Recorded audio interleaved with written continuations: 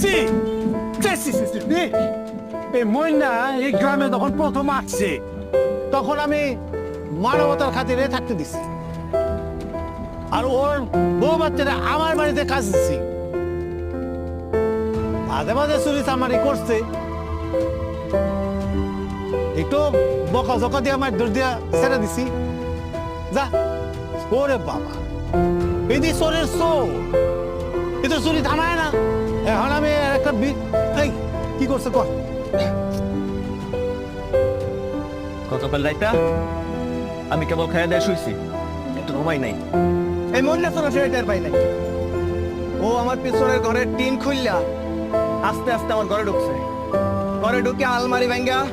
আব্দুল্লাহর মার গয়না এবং নগদ জমানো কিছু টাকার হাত দিছে এর মধ্যে আব্দুল্লাহর মা চোর চোর চোর চোর কয়ে চিল্লায় ওঠে আমি লাফ দিয়ে যাই তারে ধরেছি আমার টাকা মেরে ফেলে রাতটা ওরাই ভাঙিয়ে গেছে আমি স্পর্শ দেখছি এই মহিলা চোরা আমার ঘরে ঢুকছে কালকে রাত্রে ভাই এই মন্দির মিথ্যা কথা বলতেছে আমি এই শালাই জ্যান্ত প্রমাণ এনে খাড়া রইছে আর তুই কষ্ট ঢুকস নাই চুরি করতে যা তোর মুখটা ভেঙে দেওয়া দরকার আশ্চর্য আমরা এতটি মানুষ কইতেছে কালকে রাত্রে উনি বাড়িতে বাইরে হয় নাই আপনারা বিশ্বাসই করতেছেন না চোরের মার বড় গলা এই যে এই সালিশে চোরের বউ বাচ্চার সাক্ষী কিন্তু চলবো না ঠিক আছে এই মইন্দা ছোড়া যে মতিন ভাইয়ের ঘরে ঢুকছে এর প্রমাণ কিন্তু আছে চাচা এটা একটা কঠিন বিচার করেন তা তো করা লাগবেই তাহলে আমি একটা সিদ্ধান্ত নিতেছি এরা যদি আমার এই গ্রামে রাখি তাহলে আমার গ্রামের বদনাম হবে আমার গ্রামের ক্ষতি হবে কিনা তাই না তাহলে আমি সিদ্ধান্ত দিতেছি ও সারা শরীরে 100 ব্যাট মারা হবে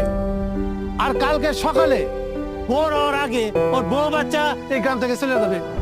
ঠিক কিনা বাহ চমৎকার বড় চোরে ছোট চোরের বিচার করে না